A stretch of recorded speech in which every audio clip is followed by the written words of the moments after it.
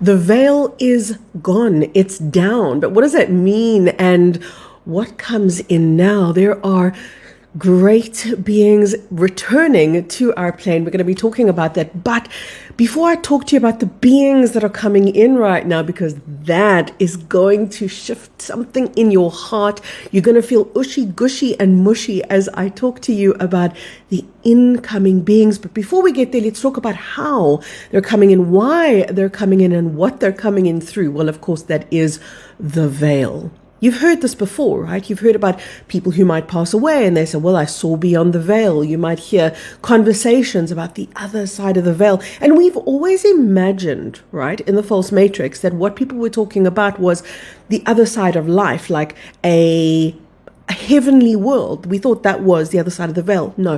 What's on the other side of the veil is the divine matrix.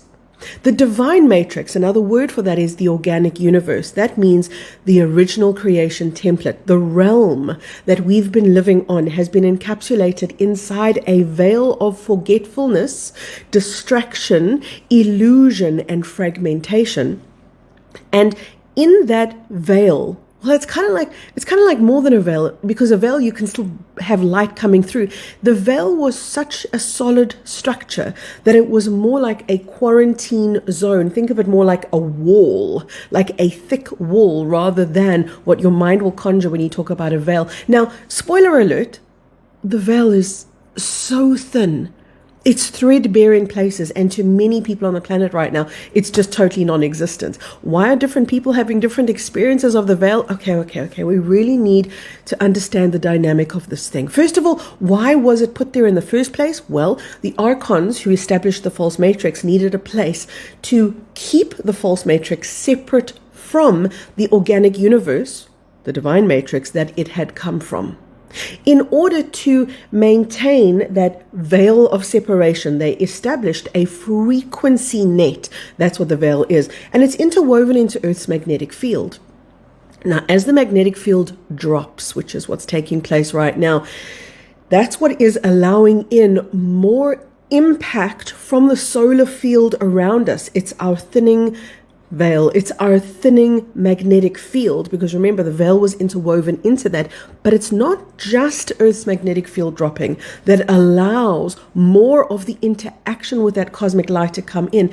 It is way, way, way deeper than that, because now I'm going to talk to you about where the veil actually is. And at this point, you're probably going, but Carrie, you just told me, right? You just told me. You said it surrounds our realm, which kind of conjures this image that it's out there around the earth, right? So think of planet Earth, and you could even extend that vision, in fact, to encapsulate most of the solar system that we've lived in. Not all, but most of it. And you could say, yeah, this is the hijacked realm. And by the way, there are many hijacked realms. So you wouldn't be wrong if that was your impression, that the veil is out there. It's a veil of forgetfulness and separation around our world in some way. Come closer to home.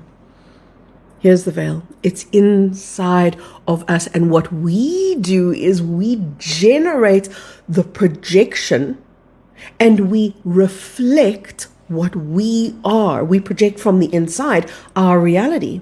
So when on the inside of ourselves, we feel fragmentation, we feel disconnection, we feel the illusion of separation, which every human being alive does and has, and to varying degrees is validating that experience of separation. We feel loneliness. We feel disconnected to the very source that we come from. We feel complete forgetfulness to our own infinite nature. We feel complete segregation to the truth of who we really are. We rub our chins and say, what is my purpose? Who am I really? Because we are separate from the true self. That's where the veil is.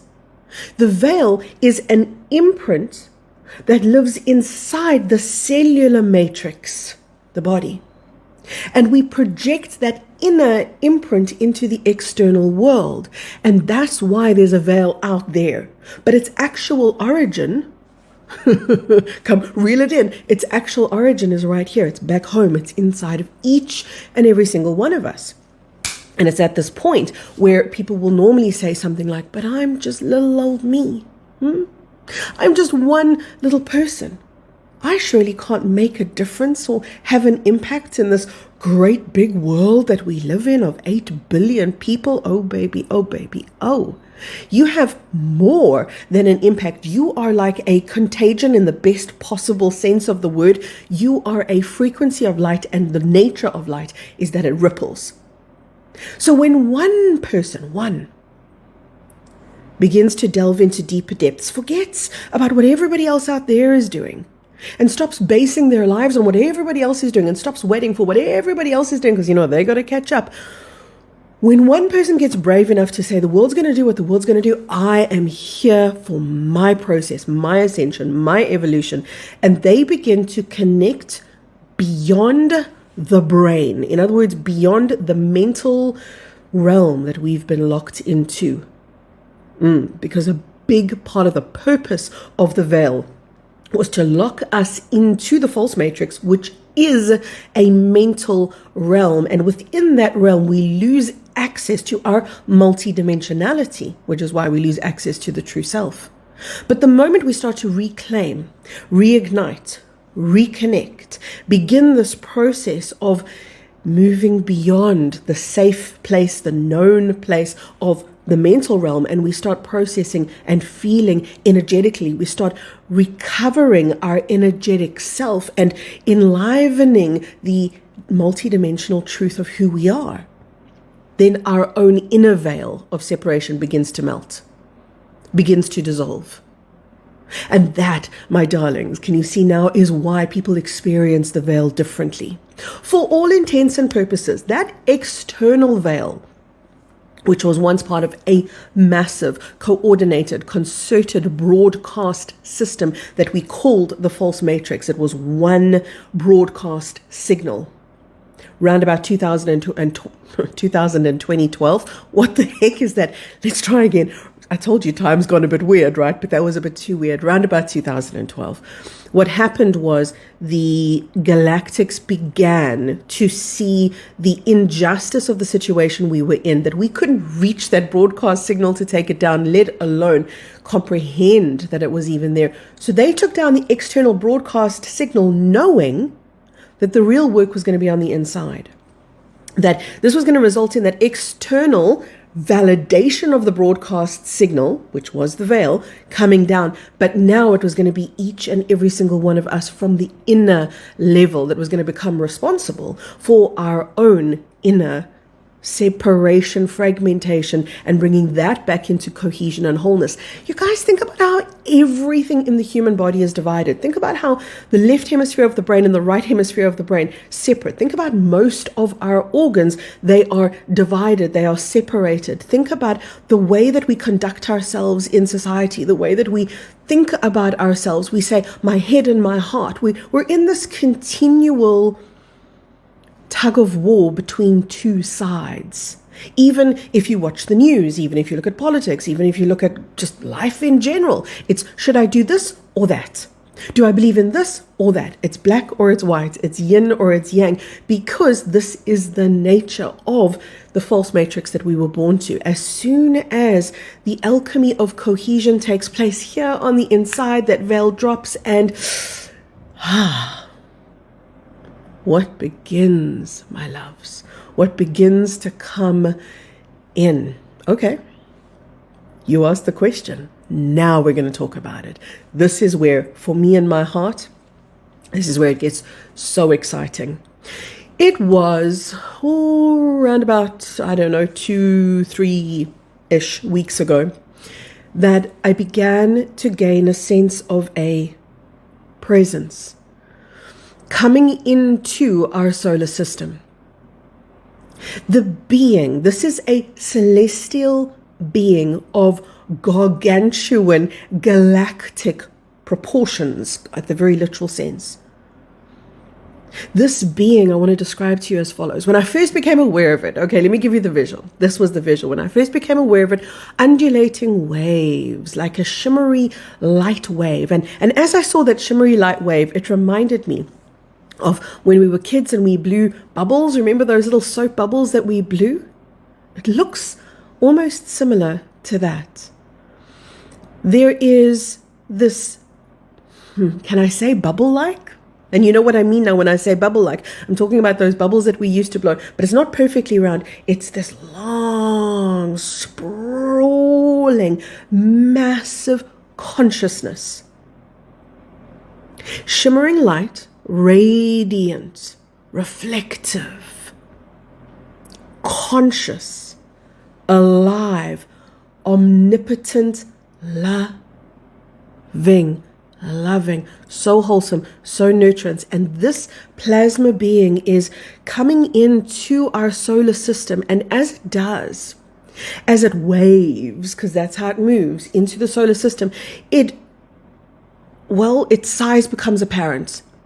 And then as I began to explore the size, I thought to myself, this thing is so big. It's kind of, could it be it's bigger than the earth itself? And I realized, oh baby, it's not only bigger than the earth itself, it's bigger than the sun itself. It's bigger than the solar system itself. Think of it as this sprawling consciousness that when you get closer to it, and it's almost like you're getting to connect with it, as I'm doing right now. I'm speaking to you and I'm feeling the presence of this plasma being. As you connect to it, it's kind of like you can see into the plasma field or in through the plasma field, and then the magic happens, because then you see that contained within this plasma being are multiple, uncountable orbs. These are beings of plasma light, and certain people have already begun to feel the presence of this plasma being. In fact, in my online community, it was, I think it was about 2 weeks ago, we did an amazing activation with that plasma being, feeling the presence of that plasma being. And in our upcoming energy call, you guys, that is call number 222. Wait for it, 222. That call, we're going to do a huge activation, another one with that plasma being. So if you want to work at that energetic level, then the details are here on screen for you, and you can join us in the Plasma Light Tribe. But that's only if you really want to dive deep into the energy work. What I'm presenting to you here is the head level, the information level, so that you can hold this in your heart and just realize, wow, the troops have arrived. Reinforcement is here. Why though? Why? Okay, so hopefully I've done a little bit of justice to the presence of this being, but why is this being coming in? Because here's the answer. We summoned it. We called it. Now, no, nobody went, hello, plasma being, excuse me, could you, this way, please, this way. No, we didn't call it as in we knew what we were calling. We called for help. We called for assistance. We called for reinforcement. Some of us did it from a very dejected place. In other words, just exhaustion, just depletion, just I can't anymore. God, please help me. Universe, please support me. Hey guides, hey angels, hey higher self. For the sake of love, for the sake of humanity, I need support. And, okay, so there's two parts. There's the request. And I am willing to meet that request in a higher level of personal responsibility. In other words, I'm stepping into a new level of creative responsibility in my life, wherein I stop blaming life and I stop out of the victimhood and I stop feeling like I'm in the self-pity mode. Oh, my life is so hard. And I begin to ask questions like, what can I do to shift my reality? So this isn't like, oh, I've got to do it alone, but it's more like, I understand that I have to step into a unification within me, an empowerment within me. And when I do that, then and only then am I beginning to declare myself as an equal to the support that's coming in. That step is so massive, you guys. Without this step of our own personal elevation, what would happen is that plasma being and the wake of the elemental kingdom that comes with it, we're going to talk a little bit more hold on, that's coming, the fairies, the dragons, etc. We're going to have that conversation in a little bit. They would never have been able to come in if we were holding an old mindset of subservience, wherein we're waiting for the savior because we can't save ourselves. We're just these lowly humans. If we were sitting in that mindset, if we were on our knees praying instead of standing up and declaring that we're ready and we're worthy and we're willing and wanting and waiting, if we didn't stand up at that level, or at least a heightened level, this was not about we had to be more perfect and get it totally right. This was about we had to start orientating ourselves towards a higher frequency wherein we can begin the process of getting up off of our knees. Instead of saying, oh, we need these beings to come fix everything and save us. We need God. We need the Christ consciousness. We need these external saviors to do everything for us that we can't do. That's when we would have lost ascension. And I know a couple of you just had a hair-raising moment. Is she saying that we can't ask God for help? No. What she's saying is, we're here for a reason, and it's not to be rescued. It's for us to self-realize that we are directly connected to the universe itself, that we are the wholeness of the universe in human form. That we are extensions of the great supreme creator of all that is, that we call God and many other names. We are not just a part of that. We are a living expression of that wholeness. And as such, that realization begins the journey home. So look at that. The journey home begins on the inside. And when it begins on the inside, then the external universal support can come in. When we're on our knees, I'm just a lowly human, I can't do anything, come fix it for me. That's the antithesis of empowerment. That's the antithesis of us standing in our sovereignty. We're here not to be saved, but to be the saviors, each and every single one of us. That is why, if we look at biblical text, a lot of that biblical text has been manipulated, and a lot of seeds of truth remain in there. And one of those seeds of truth are where the being that was Christ said the following words, I'll be back, right? Good old, there's an Arnold Schwarzenegger moment, I'll be back, that's sitting in the seeds of consciousness of that biblical text. We are the return of Christ. Each and every single one of us is the potentiality of that Christ consciousness return. That is the self-realization that we came for. We're not waiting for God or the universe or an external savior to come save us. Those externals are waiting, in a sense, for us to save ourselves, to meet ourselves at the place that they can enter, that they can come in. We are the invitation. We are the portal. We are the opening. That's how powerful we are. Now, what else comes in through all of this thinning of the veil are the elemental beings. Now, I know a lot of you are going to say, oh, Gary, you're so silly. I've been connecting with the Devic kingdom, which is part of the elemental kingdom. These are the small folk, right? Like the fairies and the sprites and these little beings that generally we see as orbs. If you've ever seen orbs in photographs, you're looking at a fairy. Normally, they're generally part of the elemental kingdom. And that orb, that glowing ball of light that we see, is their light body. They travel exceptionally fast, way too fast most of the time for our eyes to even catch, but sometimes on the odd photograph we might get a whiff or a glimpse of their presence. They have always been here, that's true. But think of the veil as the wall, and think of them on the other side of the wall. Some people always had it in them to see through that wall. There were like little holes in the wall, and people were peeking through and going, right. Yes, I can see, I can feel, I can connect. And some of the time it would be a little bit elusive, and, you know, a person might then go into craving, longing, yearning. Why don't you show yourselves again? Because we were there on the other side of that wall, looking for the hole in the wall, the opening in the wall that we could see peer through into the divine matrix, those odd glimpses.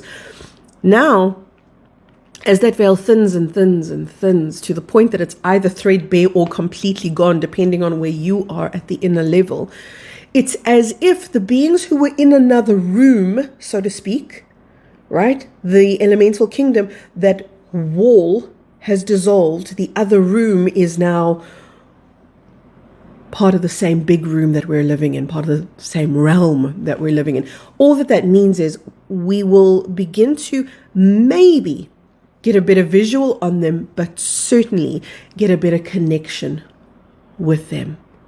And I know where people are going to fall with this.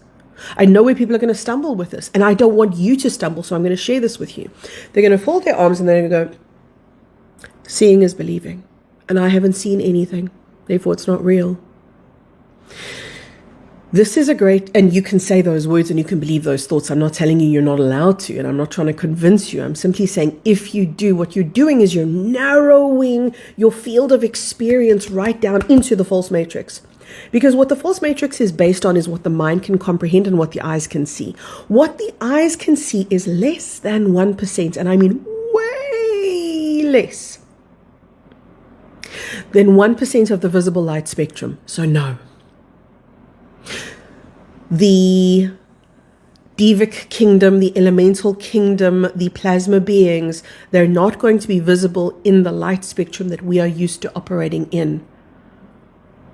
We, in a sense, are tuning ourselves, if we're ready, willing, and able, tuning ourselves into their bandwidth, their frequency. And when we do that, it's because we've taken more personal responsibility. We've really stepped into our own inner connection with ourselves that we were once ignoring and suppressing. We've actually taken time to connect, to be, to heal, to face. We've begun the process of being the spiritual warrior from the inside. And no, the warrior is not here to fight anything, but to face everything. That's the job of the awakening journey right now. It takes courage. That's why I refer to the beings undertaking this journey as warriors, spiritual warriors. Not fighting. They're doing something harder than fighting. They're facing. It takes way more courage to get into that level of authenticity with self. But. I've spoken a little bit about the elemental kingdom. And I've spoken a little bit about how we're going to limit ourselves potentially because we're going to go, well, I can't see it and seeing's believing, Now you understand more of that depth. That you don't have to wait for your eyes to pick it up. You have to wait for your being to pick you up, to energetically connect with you as a wholeness. When that happens, now you can energetically connect with the multidimensional nature of the universe. And now your eyes will make it real because your energetic structure resonates, responds, validates, feels, perceives at the level of multidimensionality. You're no longer separated into this tiny compartment called the false matrix. That was your only viewpoint. You've actually got to get out of that viewpoint in order to step into the wholeness that you're about to perceive life from. I always save the best for last. This is something you need to know about all Kerry K videos. And I promise you, I'm not doing it intentionally. I'm not doing it to keep you here. I'm doing it because this is just the nature of the flow. You can ask any member of the Plasma Light Tribe. It's right there at the end. It's like the last couple minutes. That's where the whole conversation comes together and the real whammy comes in that shifts your reality. Okay, this for me is it.